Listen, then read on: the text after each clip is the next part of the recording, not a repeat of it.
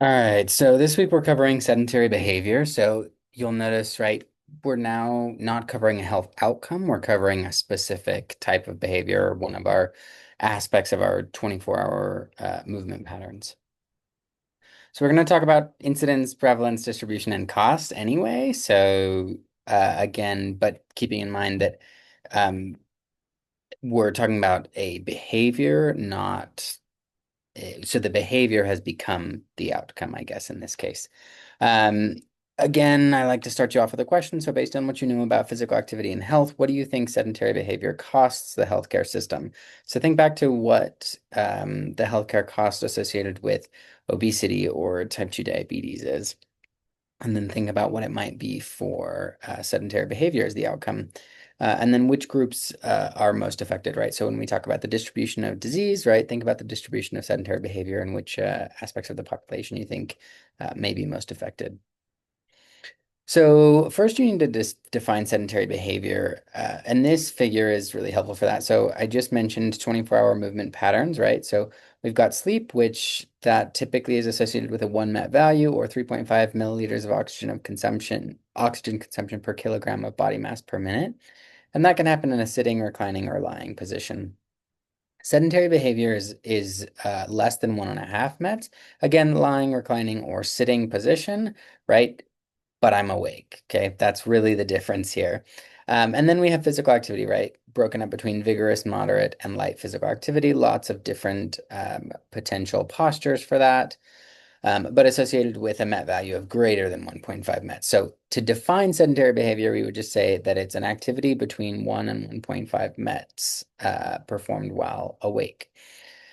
When thinking about sedentary behavior and physical activity, we also want to be thinking about different domains of sedentary behavior. So, right, we talk about the domains of physical activity, but there are also domains of sedentary behavior. So, am I being sedentary while at work or while at home or while engaging in transportation related activity, right? Driving my car on a bus, on a train.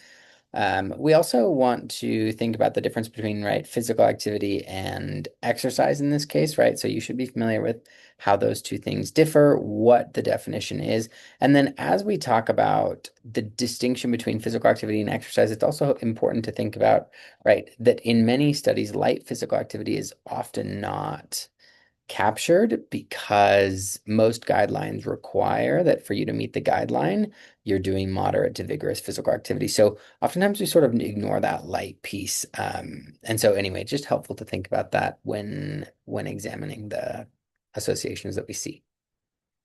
All right, so prevalence, incidence, and cost, really briefly, this map on the upper left-hand side is showing the prevalence of total inactivity outside of work. So this is the prevalence of self-reported lack of physical activity outside of work time. So you can see, right, again, we don't have equal distribution across the US. I know it's tough to see, but this dark blue is greater than or equal to 26.5% of the population of those states said that they got no intentional physical activity outside of work time, their regular job in the past 30 days. Okay. Then we move over here to the right and we see again, not equally distributed. So this is mean sedentary time across different regions in the United States. And you see that, right, again, sort of that southern, southeastern portion often has the highest disease incidence and prevalence, right? We do see the highest amount of sedentary time being spent there, but you also see pretty high amounts of sedentary time on the West Coast, right? 9.6 hours on average in the Midwest, 9 hours here, 10.2 hours actually, so even slightly higher up in that Middle East area. Overall, the average across the US is about 9.5 hours per day spent in sedentary time. We've also got the prevalence then of excessive sedentary time. So that's individuals spending more than 9.5 hours, the prevalence of individuals spending more than 9.5 hours sedentary. And again, you see overall the prevalence across the US is about 50% of people spend more than 9.5 hours sedentary each day. And that differs again across region with the highest prevalence being found in that southern region of the US. Then down the bottom, self-reported daily sedentary behavior has increased on average from 5.5 to 6.4 hours in the US, in US adults, and that's data combining or across average time from 2007 to 2016. So this is a great time to talk about the differences in measures and the differences that you see in studies. So a lot of studies classify sedentary behavior differently and measure sedentary behavior differently. So in these top two maps, we're looking at self-report data. In some of these, we're looking at accelerometer data, and sometimes accelerometer data actually shows lower amounts of sedentary behavior. Some of that might also be because, right, the measurement matters. So with an accelerometer, wear time matters. So if you're wearing a watch, right, a Fitbit that is measuring you most individuals don't wear it 24 hours a day for the duration of a study. So when we correct for wear time, that's where we see some really significant differences when comparing total sedentary time. So total sedentary time often with accelerometer data is actually lower than what it is with self-report. So anyway, pretty interesting. Again, important to think about how are you going to measure behavior? And it's really relevant considering that your midterm is coming up, right? So how are you going to measure behavior? How are you going to measure outcome really matters. In adolescence, accelerometer measured daily sedentary behavior ranged from 4 to 6.5 hours and increased annually by about 21.4 minutes a day. And that is pretty consistent with what we will see in the next couple of slides as well, is that in late adolescence, we sort of see sedentary behavior peak, and then we see it again rise when we hit about the age of 60. But in any case, increasing annually for adolescents. It's super, super difficult to estimate the cost. And ultimately, if you ask me, how did they estimate the cost? Uh, I could not tell you. I have it cited, so you could go look at the study yourselves, right? But it's extremely difficult to isolate the cost of an individual variable on healthcare costs. So it is exactly what it says it is. It's an estimate, right? It's just trying to give us an idea of, okay, well, what if we eliminated all sedentary behavior? What effect would that have? Or all unhealthy sedentary behavior? And we'll get into the difference between those two in a minute. But in any case, in 2015, the estimate was 117 billion. In 2025, the estimate is 192 billion. So that's the answer to your question at the beginning of this section. They also in this study looked at insufficiently active adults and then completely inactive adults. So, right, that map on the left in blue, right, that was looking at the prevalence of complete inactivity outside of work. But you see that healthcare costs on average increased $1,300 a year for insufficiently active individuals, whereas for completely inactive individuals, it increased by $2,000 a year. So significant change in healthcare costs as a result of total sedentary behavior. And the estimate is also that about 110,000 deaths could be prevented annually if US adults increased MBPA by 10 minutes per day. Okay, so then we want to look at different domains of physical activity. So I've already shown you some data in the past on transportation-related physical activity, and particularly in the US, we have very low transportation-related physical activity. But also then when we look at jobs specifically, how has that changed? So we've seen an increase in the prevalence of service jobs, decrease in prevalence of goods producing or manufacturing jobs, and then slight decrease also in agricultural jobs. And they're going to use this data to then estimate changes in energy expenditure as a result of occupation changes in occupation related physical activity. So, but just to give you an idea of what are service and goods jobs. So goods jobs, right, looking at construction, manufacturing, mining, and logging. So those would be highly physically active jobs. And the prevalence of that has gone down dramatically. Then when we look at service providing jobs, so things like working in retail, information, financial activities, professional, education, right? What I'm doing now, sitting in a chair, providing a lecture, okay? All of these things would be service jobs, and the prevalence of those jobs has gone up. So, and you see, right, when we look at the activity category, most of the service jobs are in the light sedentary to sedentary group, and the service jobs are in that moderate group. And that's exactly what we see in this figure as well, right? So the percent of private US jobs that engage in light physical activity has gone up. Those that engage in moderate physical activity have gone down, and those that engage in sedentary behavior have also gone up from 1960 to 2010. And that's using the Bureau of Labor Statistics data. So then they use that data to estimate how much caloric expenditure, occupation-related caloric expenditure has decreased. And what they found is that for men, the day-to-day energy expenditure has decreased by about 140 calories, and for women, 124 calories, and that's per day. Okay. So then, does that account for, and in this case, we're looking at change in weight across time. So again, now we're looking at census data and how changes in weight from 1960 all the way up into the early 2000s shifted, right? So we did see an increase in weight as reported by NHANES.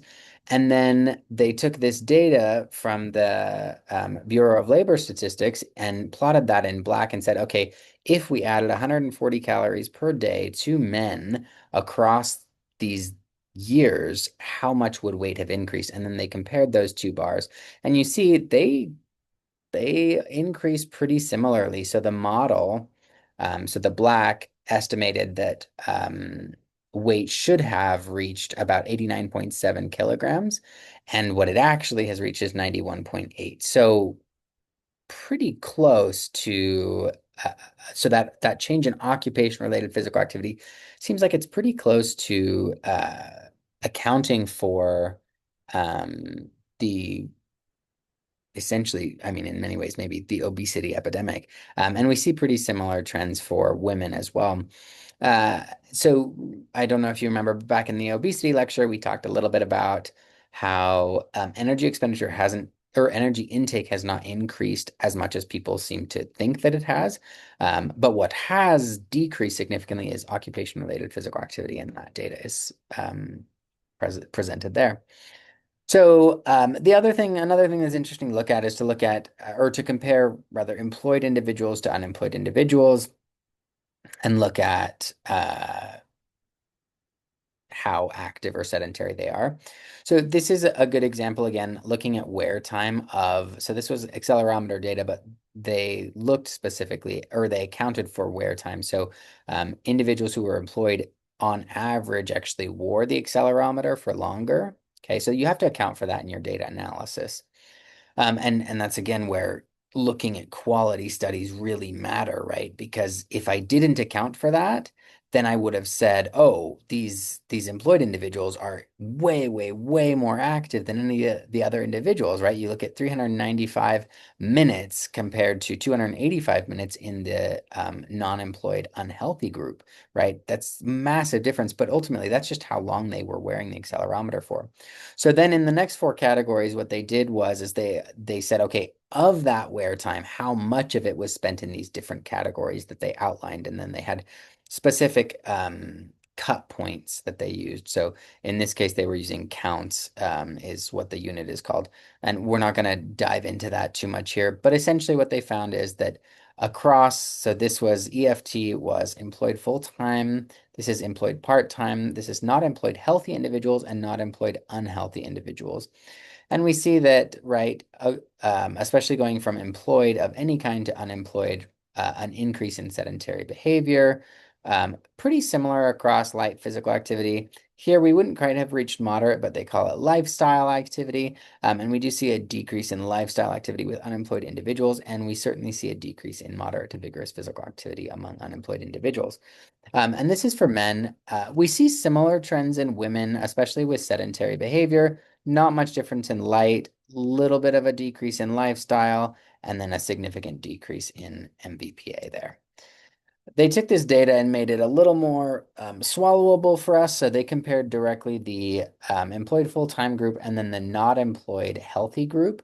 And they looked at differences. And actually, we see pretty different trends across men and women here. So when men are employed compared to not employed, we see significant increases in physical activity across the day.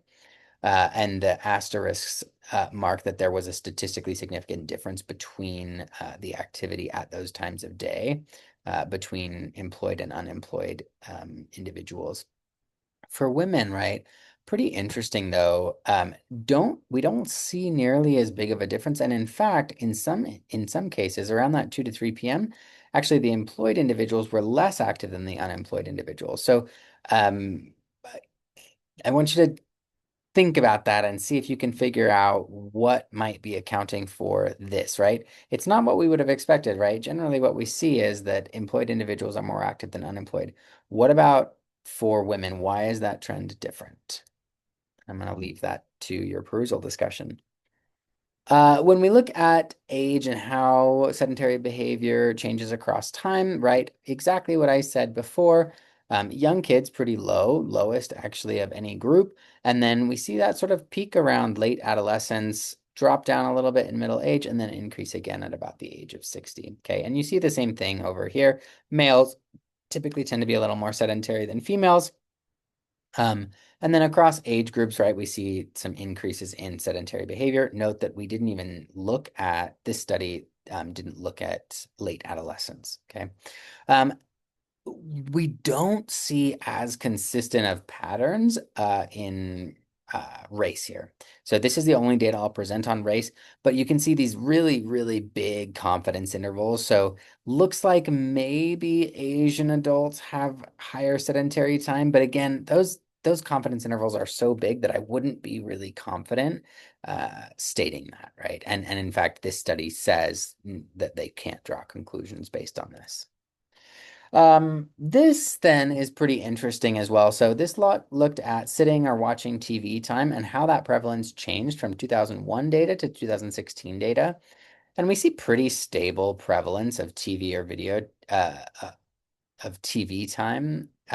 So the blue marks greater than or equal to 2 hours per day, orange greater than or equal to 3, and then the turquoise greater than or equal to 4 hours per day. And you see that trend is pretty stable across time and actually across age groups as well, with maybe slight increases in those younger individuals. And again, maybe slightly higher prevalence in the older individuals, like in adults, but ultimately pretty consistent across time. What is not consistent, though, is when we look at computer use outside of school or work, and we see significant increases across all age groups. Okay, so significant increases in the prevalence of greater than 1 hour, greater than 2 hours, and greater than 3 hours. So, and that's, I mean, right, it sort of makes sense that we would have seen that. I sometimes, when I look at this stuff, I mentioned that the iPhone came out in 2007, right? Between 2005, 2006, up to 2011, right? We see a pretty big, pretty significant jump in the prevalence of computer use outside of school or work, right? So this is for leisure. And then I think on that note, right, looking then at how we are spending our leisure time is important. So, or how rather our sedentary time is split across different domains of our life, right? So here we see that about 50% of sedentary behavior is accumulated during leisure time. So, right, when the average was about 9.5 hours, okay, we're seeing about 50% of that is accumulated during leisure. We've got about 1.9 hours of that during work. Transport is 1.1, personal or household, right? Domestic stuff also fitting in there. But the majority of sedentary time across essentially all age categories. And again, you see that sort of really significantly increase around the age of 60. But across all age categories, across all races, right, we see that most sedentary time is accumulated during leisure. And then this is sort of pretty interesting data as well, right? This is so we've got sedentary leisure time. So, right, this red bar is now split up further for us to say, okay, well, what are people doing during their leisure time? And mostly, right, we're looking at TV video use. We have definitely some internet or computer use as well. And then we have a little bit of socializing, a little bit of reading. Okay. But for the most part, it's screen time is what we're seeing. Screen time accounts, by the way, for about 82% of accumulated leisure time. So uh, anyway, pretty interesting data there. Again, citations are always in the slide notes if you want to go take a look at some of those. This just shows media consumption across time. It shows patterns that we would expect, especially based on what I just represented or what I just showed. However, I will say it's interesting. TV time from 2009 to 2013 did decrease a little bit. Simultaneously, mobile time increased dramatically by about 5 times. And I would expect that with more recent data, and in fact, I'll show you some in the next slide, that change would have increased even more, right? Time spent with print media and radio has also gone down across time. Whereas time spent, right, there's a little bit of overlap here too, right? Time spent online versus time spent on a mobile device. Okay, so I think that we'll see some more clear data come out with that. I probably could have found some honestly, but did not have the time. So sorry about that. But this is 2020 data. And I think it's helpful for you to think about how much time you spend on mobile devices, TV, radio, newspaper, and magazines. If we were in class, I'd probably run a poll and just see how much you are spending or think you're spending, and compare it to this data. But this data suggests that people are spending about 7.5 hours on digital media, about 3 hours on TV, and an hour and a half on radio. So note that that accounts for, what is that, 10, 11, 12 hours, okay? So again, with more current estimates, I think that sedentary time has actually increased even more than what we would think. I think that digital and mobile use is also taking up a much greater percentage of that time. However, the data hasn't really caught up to that yet. So much of the time, what we're going to be looking at is TV time. More and more and more, the data is going more towards just screen time in general, and it's pairing mobile device use with TV time. So anyway, I think in the next 5 years, we'll see even more data come out on this. Okay, let's take a quick break, and then this should be a shorter lecture series. I think we'll probably have another 20-minute lecture, and then we'll jump into the article for this week.